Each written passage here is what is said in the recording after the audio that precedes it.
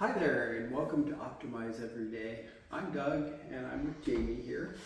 And I have mentioned a lot of things about self-improvement and 1% and how we can optimize ourselves in a way that we're making constant improvements, whether that's a 1% improvement every day or not.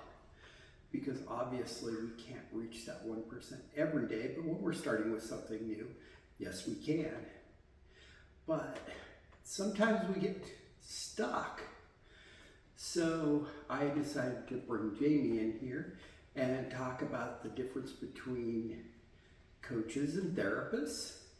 And so I've got a few questions for her, and hopefully she can answer those and help us better understand how potentially a therapist or a coach can help us. So Jamie, are coaches therapists? Sometimes coaches are also therapists, but they can't practice as a therapist and a coach at the same time.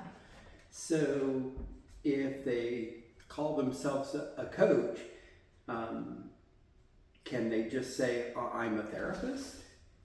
No. Okay, so there's more they have to do. So a coach really focuses on helping you develop steps to get where you want to be, right? And you don't have to have any mental health issues. You don't have to have any problems like addiction.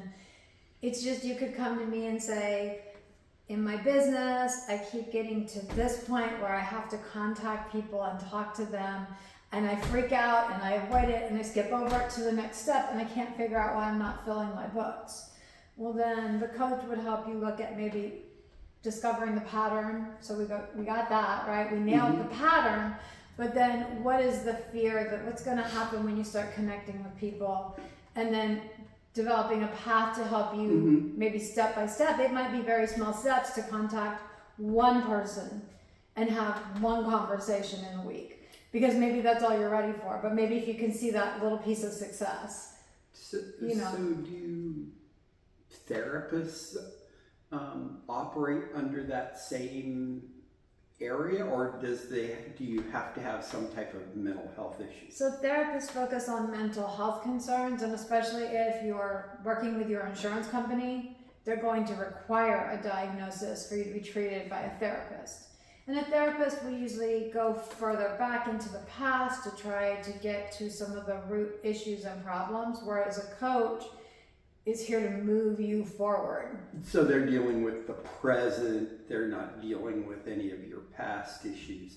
Right, but for somebody who maybe has an addiction, right, maybe we do need to go to the past and figure out what we're trying to run away from and numb out to by using these substances, whereas a coach is assuming that you're fairly well and we're working to move forward. Either maybe we're losing weight, maybe we're trying to get through menopause, maybe we're working on our sexuality, maybe we're working on our business, maybe we're working on emotional pieces, but they don't go as deep as having a diagnosable issue. Okay, so is it, depending on your situation, maybe you want a coach that is a therapist, I'm hearing?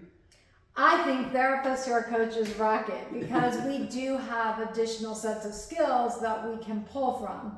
Like I might not be able to do full on EMDR with you, but I do have tools to understand how people think and how things affect them. I understand trauma at a very deep level. So if it were need to be referred to a therapist, I know when I hit that level, but maybe those tools are just, maybe I can use them in a way, and that's what I would hope to do, is use them in a way to help shake you a little bit, to move you out of the stuck place. Okay. But I'm not going to go full into the trauma, right? We're not doing that. Okay. So can somebody hire you as both a therapist and a coach? No, that would be illegal. Okay. It's considered a dual role. Okay. And that's a big no-no, especially for licensed professional counselors. I think it also is for social workers. I'm pretty sure that we can't engage in dual roles. So if you start working with someone as a coach who's a therapist and you need therapy, they'll refer you to someone else. Okay.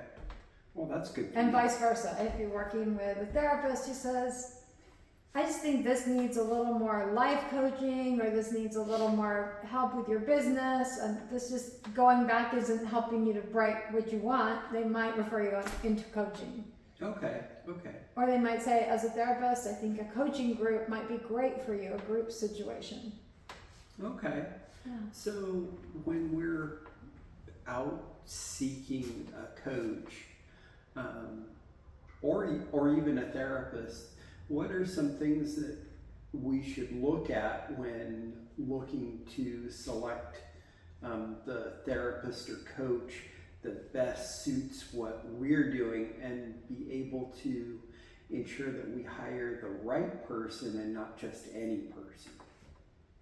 I think you have to look at, if I'm hiring somebody who's going to walk me through those stuck points in my business, and I work with doulas specifically. So for brand new doulas, if you can't tell me that you've been there, that you've been the person who felt afraid to raise your rates, you've been the person who felt like, oh my gosh, if one more person asks me for a discount, but how do I say no? They really need me. If you can't say, I've been through these experiences and I've learned things that help me to unlock and understand how to address these issues appropriately, and you can't tell me that you pulled yourself out. Did you give free services for 50 years of your life?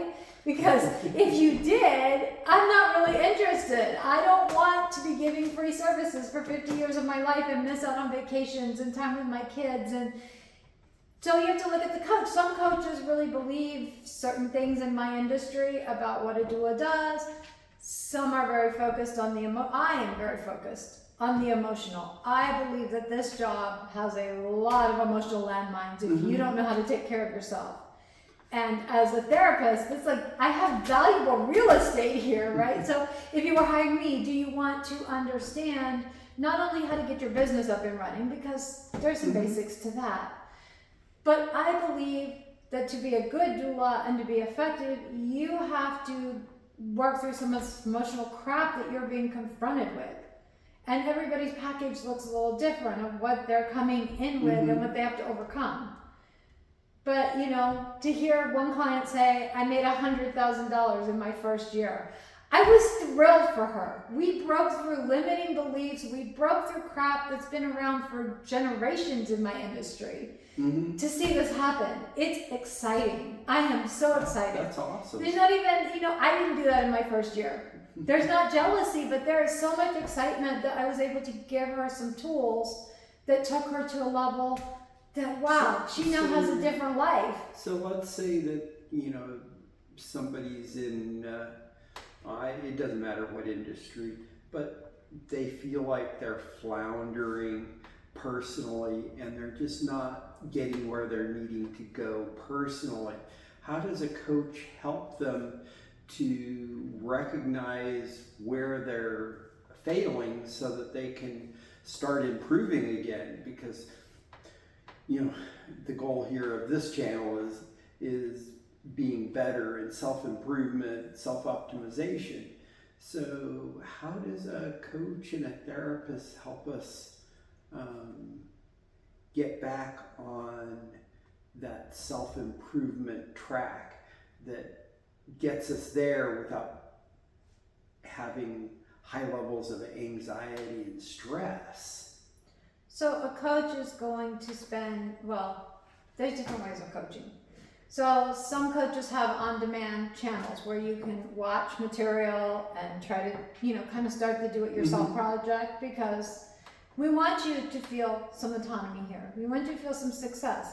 But sometimes you might start on their material and go, okay, so niche, so I get this far and then I get stuck. And damn it, I can't figure it out. I don't know what I'm supposed to tell people. I do.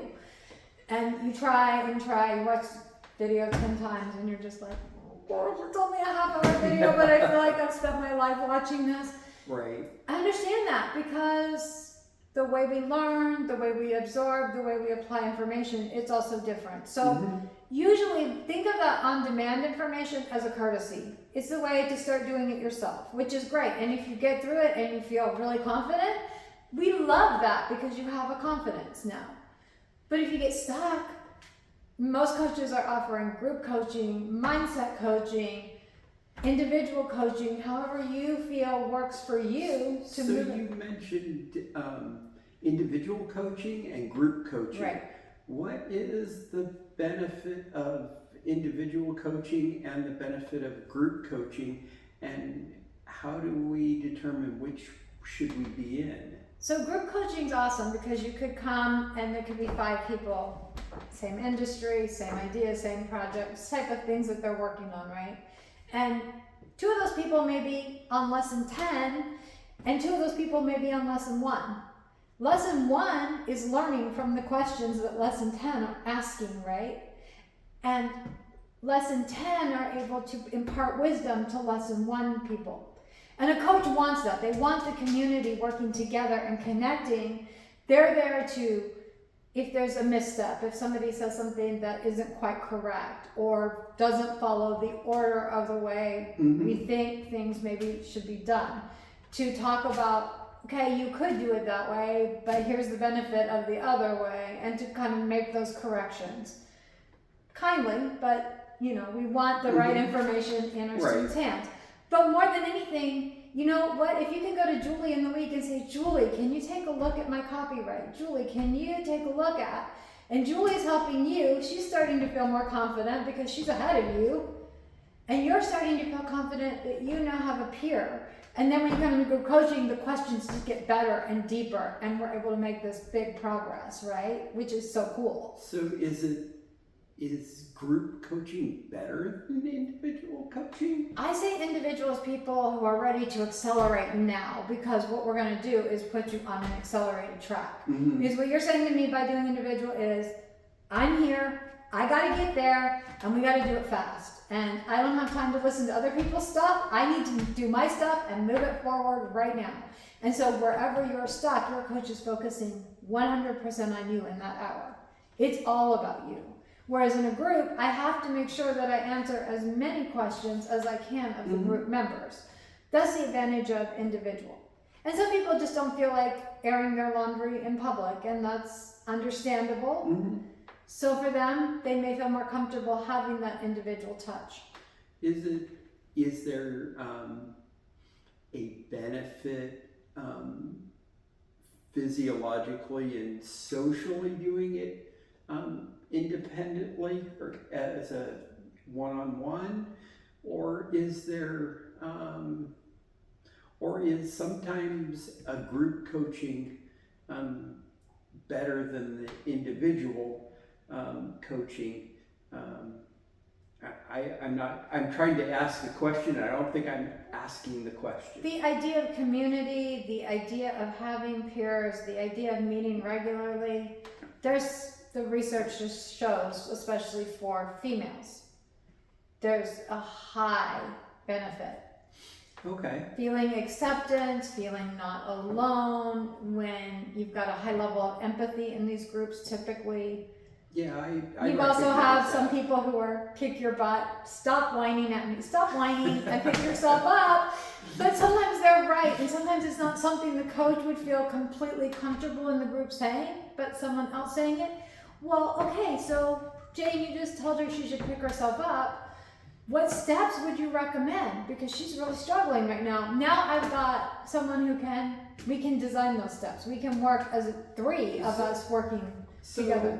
Should group counseling and individual counseling be utilized together? You mean coaching? The coaching? I mean, that really is up to what the person has to invest in their coaching program. Some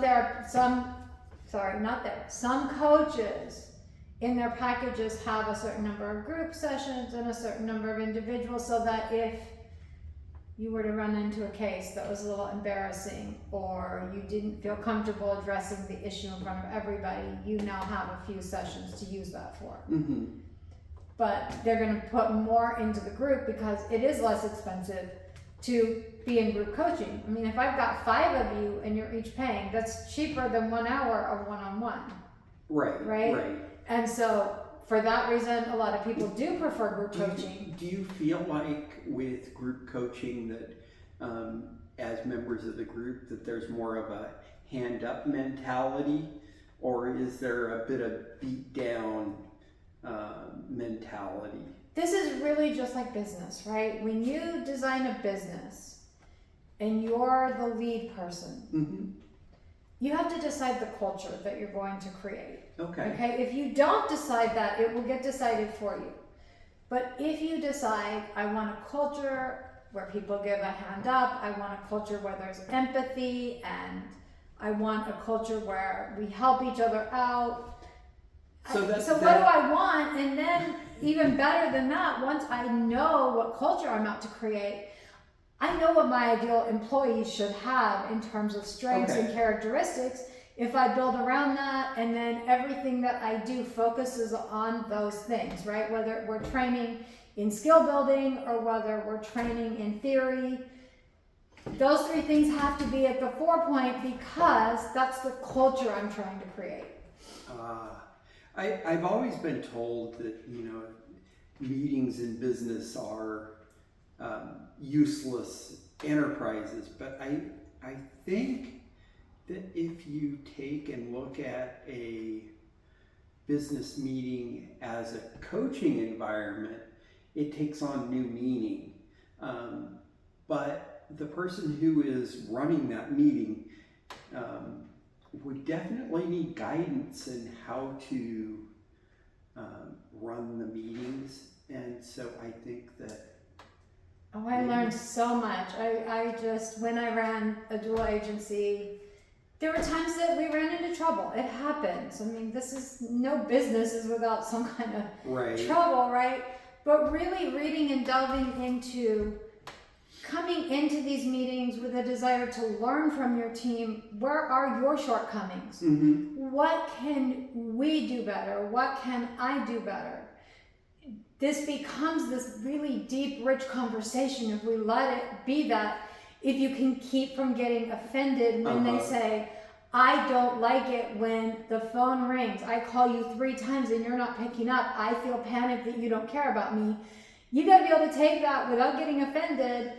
What's the expectation? What I can tell you is I'm typically running my sessions for an hour. So you can expect a call at the top of the hour. Calling 3 times, my phone is still off. I'm not paying attention to it because I'm with this person. Right. So there's this, not defensiveness, but this is what you can expect. Mm-hmm. If that's not acceptable, then we need to come up with a plan B. I've just offered you, if that doesn't work, then we need to work together. For a plan B, it's respect, right? So as far as the culture of a group counseling session, that culture that's developed by the coach, or is that developed by the members of the group? It's both, but the coach sets the tone, right? If the coach is empathetic and available and listening to each person and taking time, they're setting the framework of what this group should look like. Mm-hmm.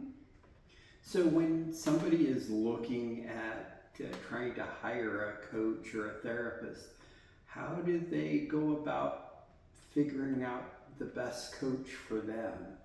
They should definitely, most coaches have a 15 to 30 minute free consultation. Okay. You should definitely go to their website. You should watch some of their videos if they've got them up. You should get a feel for this person, right? Okay. And what they are.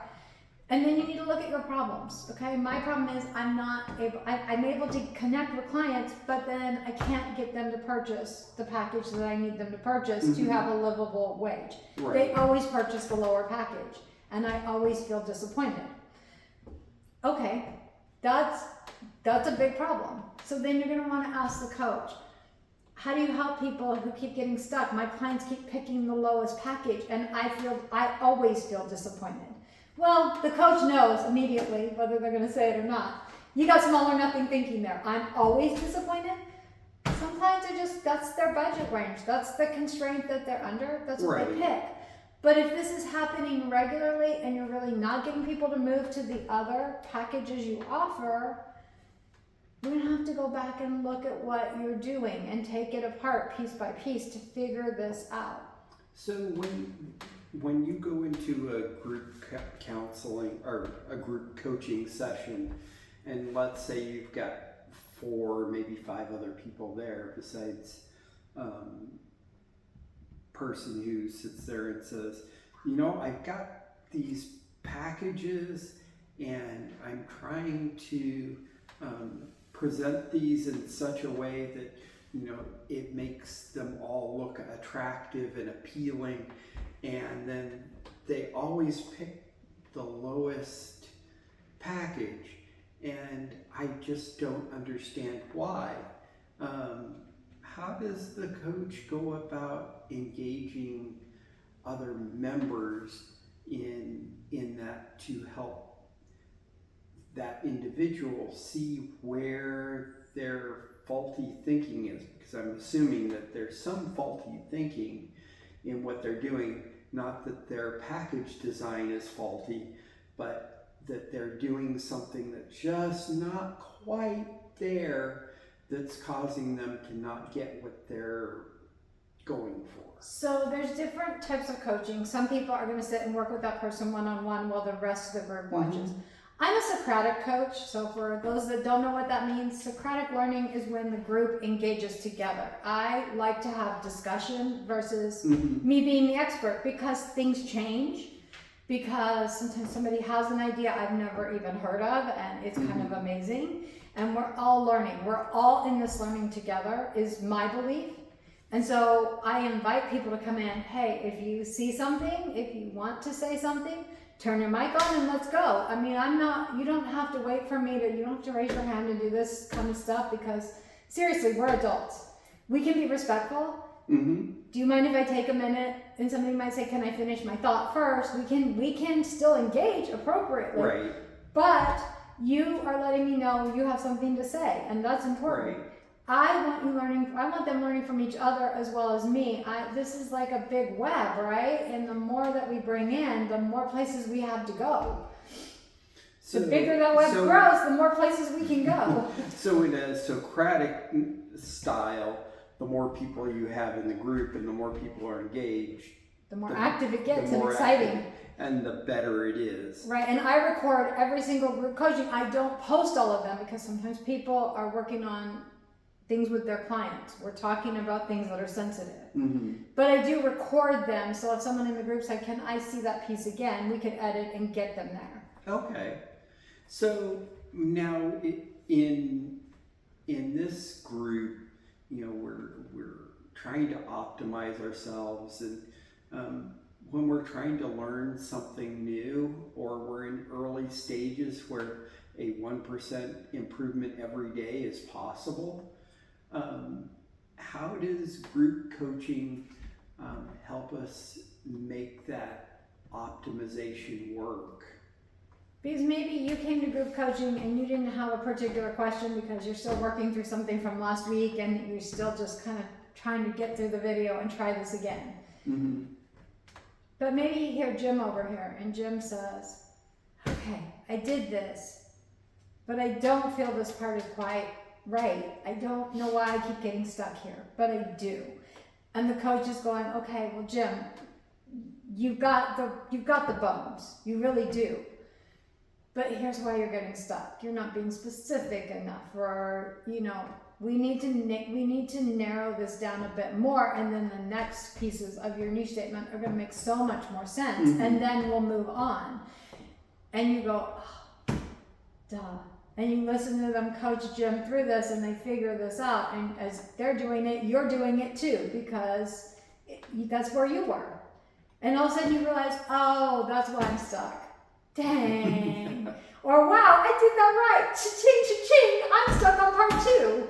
Okay, now I'm going to raise my hand and say I'm stuck on part 2. What do I do over here? And then suddenly the group is going and helping each other and supporting each other through this. So this is, group coaching is a big, I support you, you support me, hand up, not hand out, but hand up, and we're solving our own problems as a group. And Jenny might be in step 10, and Jenny says, okay, I did this email, but I'm not sure I love this email. and here's why. And you're going, oh my gosh, emails? We gotta send emails to people? Okay, but you listen to what Jenny's saying, and you listen to the coach walk through her email where she's not happy with it. And you listen to how they change the copy. You listen to why that's not making her happy, and you're starting to think, oh, I'm gonna hit lesson 10, so I need to know some of this, right? And you've been exposed to it over weeks because there's people ahead of you in the group. How wonderful is that? Now, when you get to lesson 10, it's not so scary. You already know you gotta send emails, and even though that sucks and scares the crap out of you maybe, you've looked at it and you've gone, oh, but I'm listening, and they're going in steps, and she's saying, this is what I should do. You're starting to think about it, and that's good. Do you ever have groups where people are in desperate differences between the people who are in the group, in that what they're trying to do is completely different from what anybody else is doing, and feeling like they're alone in what they're trying to do, and then coming to a realization that it's not that far off? I haven't had that happen in my group, but in the coaching group I attended, yes, we did see that happen. And the coach was very helpful at managing those situations. So coaches use coaches? Yeah, coaches use coaches because your mindset will go. When things aren't going the way you hope they would, yeah, your mindset's going to go, and you're going to give up, and you're going to decide you're not good at it. And all those thoughts, all those limiting beliefs, all those little pieces are going to start to slip back in until your coach says, you know what?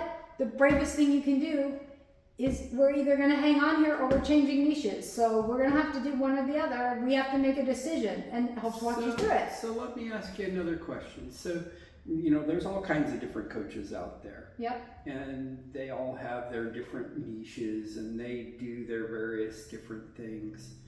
And as a coach, how do you select the coach that you use? Or do you use multiple different ones? I mean, it depends on how much you're willing to spend, doesn't it? Ideally, I think working with a couple of coaches is extremely helpful. Okay. Because they have different ideas on how to approach things, and maybe they do actually intersect really well. And maybe they don't, and you say, oh, the reason that wasn't working for me is that didn't really align with what I value and what I believe is best for my clientele. So what you're saying is you have to find a coach that aligns with your type of thinking, aligns with your value system, and aligns with your wants and needs to be most effective for you personally. Is that what I heard you say? Right. So now I hear that coaches can be quite expensive. So how do we make our time with a coach pay off? Because nobody wants to put money into something that doesn't pay off. I think you have to be realistic. If you're more of an introverted person, it might take you more time to get to your goal because you're not out there screaming about yourself to everybody. Right. You're going to be harder to find. And to get you to be extroverted is going to be a little bit of work, or we may have to find another way to get your message out there that aligns for you, right? I would expect that. Especially my introverted, I would expect it's going to take a little bit more to get them out there. So we may use different tactics than a lot of coaches use. Okay. For my extroverted people, yeah, because they're willing to talk and talk and talk and talk and talk and talk about what they do. And so people know what they do. There's no question. They're not afraid to say it and tell you 1,000 times. So how do we rate what we're paying to its payoff, our return on investment? And is there an easy way for an individual to sit there and determine if they're getting return on their investment? Because this is my thing. Okay. Everybody is different. okay? If I come into your 30-minute call and all you're gonna do is sell me on your program, that should be an immediate red flag. Okay. If I sit down with you and I say, okay, tell me about your doula journey. Tell me how you got here. What brought you here? Where are you right now? And what are you wanting for your future? And then I'm giving you a few tips and I'm taking my time and I'm asking you if you want to learn more. That feels so much more sincere to me.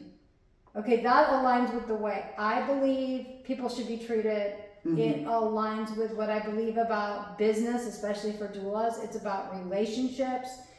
It's about connection. It's about more than a salesy gimmick.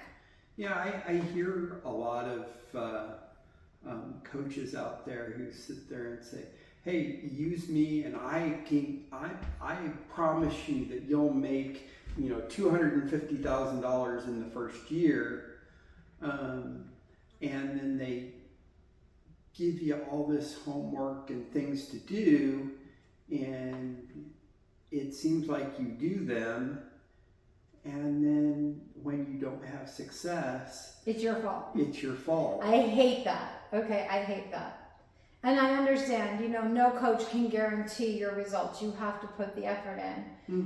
But, if you're not getting where you need to be, is your coach going to stick with you? Are they going to do an audit and you walk through all the things, all the pieces to see where maybe things are not quite, what's slipping between the cracks? Or I'm doing the emails and then they look at the emails and they go, okay, you're right. You're sending an email twice a week, but it's disjointed. It doesn't make sense. Why? What am I supposed to be doing or getting? Your call to action, you got 5 of them in here. Right. They don't know what to do. And all of a sudden you go, oh, you're only supposed to have 1. And they go, oh, I'm only supposed to have 1. But how do I choose one? I love all 5 of my offerings. I want them to be doing everything. So you want to match that enthusiasm, and the coach has to be able to help them troubleshoot these pieces and figure this out, right? Does that make sense? If you just, It does. I just, there's so many coaches out there, and But don't fall for the gimmicks. If it's just a sales pitch when you get on the 30-minute consultation, it should be a sampling of what it would be like to work with this coach. Right. It should be an absolute sampling. And yeah, they may not give you everything because that's not their job in 30 minutes. They're not going to be able to give you everything. Of course. In 30 minutes, they might give you 1 tip or show you 1 strategy you could implement right now. But if they give you that should give you a really good idea of what they're like to work with. They want to give you things to implement and try right now, and they're willing to have you come back and check in.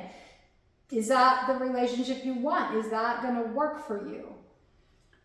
There has to be a synergy between you and the coach, right? That ensures that there's a return on what your investment is.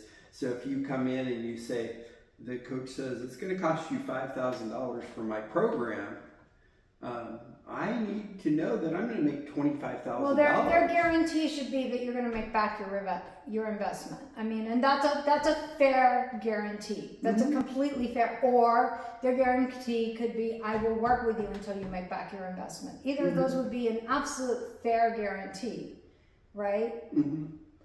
So you want to look at that. What are they offering you, right? What are they about? Because some coaches are going to be straight business. We're just going to walk through from getting your business license to getting your first 5 clients. That's what we're doing. That's the whole 12-week program. That's what we're doing. You come work with me, I want your emotional protected in an environment where you are under a lot of stress and a lot of things happen. I want to know you're going to be okay. Because I can give you the 12 weeks of business, but what happens when things fall apart? What happens when you hit that first trauma? What happens when? It sounds like some coaches want to give you what you could get in school. And I think for some people that's the way they learn, and I think that's a beautiful thing that's an option. If you just want to go straight and get it and you feel totally confident, fine. For me, as a therapist and somebody who's worked in my industry, I know the pitfalls. I'm well versed in the pitfalls, and I know what happens when the emotional is neglected. And I know it happens so often. Yeah. That's why it's important to me, because I've lived through that first trauma as a doula. I've lived through all the pieces. So what if I'm in a situation where I need a coach that is fairly inexpensive, but I can, attend group here and there and just pay as needed? Are there coaches like that? There's coaches like that, but you have to understand that that kind of shows that there's not a lot of motivation to move forward quickly or to commit to something. Is so that, your is progress that a is gonna be commitment slow. on me, or is that a commitment on the coach? On you. Okay. Because if you were really serious about getting your business ahead, you'd say, okay, the 12-week package is, I'm going to do whatever I got to do. But what to if make it I'm work. looking at just me improving? I'm not trying to build my business at this You're point. being like a life coach. You're looking I'm for a just life looking coach. for like a life coach situation. I'm just trying to get myself in line and making sure that I'm doing what I need to be doing. And maybe I want something where I don't need somebody every week, but I want to be able to attend like a group thing where it's not super expensive, but I can drop in when I need to and see what I can garner and gain and participate in. I hope your coach offers some type of free workshops and things in between to kind of help you, because I really think that once you get going, weekly is the ideal if you want to keep your momentum up. Because what's going to happen is, you come out of the coaching and you're yes, and then a week goes by, you're not getting the exact result you wanted, or you're getting stuck and you're trying to get yourself unstuck and you're trying really hard. By the time you get to week 2 or 3, you're pretty down. Your limiting beliefs are starting to slip in. So basically what you're saying is, by being lackadaisical in your coaching, you're actually doing a disservice to yourself. But don't we say all the time, maybe you don't know this, maybe you haven't heard this one, but in coaching we say it all the time. The way you do one thing is the way you do all things. So if you're sloppy, if you're unfocused, if you bounce from here to here to here in one area, you're probably bouncing from here to here to here in every area of your life. So when we get you disciplined and focused that your group coaching is at 10 o'clock on Tuesday morning, every Tuesday, and you need to be there and you need to reserve the time and you get disciplined, we start to change that pattern, right? Whereas you're coming in saying, I just want to bounce and do whatever and whenever I want to come in. How many places in your life are you doing that? Oh, I think I'll start this project and coach people, but I don't really want to do the emails this week, so I'll just skip that. Oh, I don't really want to do the workshop this week, I'll just skip that. And you start skipping all these big pieces, and then you're confused why your program's not working, whereas your coach would have caught you and said, well, hang on, you missed last week. What happened, Doug? They noticed you missed, and they ask you what happened, and you say, oh no, I just didn't feel like showing up. Do you find yourself doing that in lots of places in your life, that you just get bored, or you don't think you need it, or it doesn't feel important enough to give your time to? Is that happening? It's kind of like the saying, it's easier to be 100% than 99%. Because once you skip once, it gets easy. Then you allow yourself the privilege or the right to continue to skip. Right. And then it becomes non-important. Yeah. Whereas if you do it all the time and you're 100% consistent and you're always doing it, no matter what, doesn't matter how sick you are, it doesn't matter if you're in a hospital. Well, we don't go to exercise class when we're sick. We don't do that. We don't go around other people when we're sick. That's not what I'm saying. I'm saying, when you're doing everything at 100%, then you're doing the very best you can. You're optimizing your capacity on everything, and you do it at that level all the time. Then you don't have to worry about slipping because you're not doing it one time at 99% and believing that's okay. I think like I said, knowing that your coaching is a certain time and that people will notice if you're not there. And it kind of, if you can do those 12 weeks, We've just reset a habit. We've just started a habit. And now maybe you're out of coaching and you're not going to continue on because right now isn't the right time. But now we've given you that 10 o'clock slot. What are you going to do with it? And your coach should ask you that as you're leaving coaching, as you're doing your exit out of coaching. How will you implement some of the things that you've learned? How will you use this time now that you have it and you've been doing 10 o'clock? Why would you change it? What could you do with it? And it'll start to get you to think and to change some habits. So, I've heard that executive uses coaches, but why would they want to use coaches? Executive coaches focus on the skills that executives need, and that could be teaching them how to coach their people. Mm-hmm. That could be coaching them to change their mindset because the younger generation thinks differently. And so how do we connect to them? How do we make our learning environment appropriate to them? How do we deal with these specific challenges? So let's say, the executive comes in and says, oh my gosh, my 19-year-old employee got a bad review. They weren't doing what they were supposed to be doing. I caught them hanging out, listening to their tracks. I caught them outside smoking.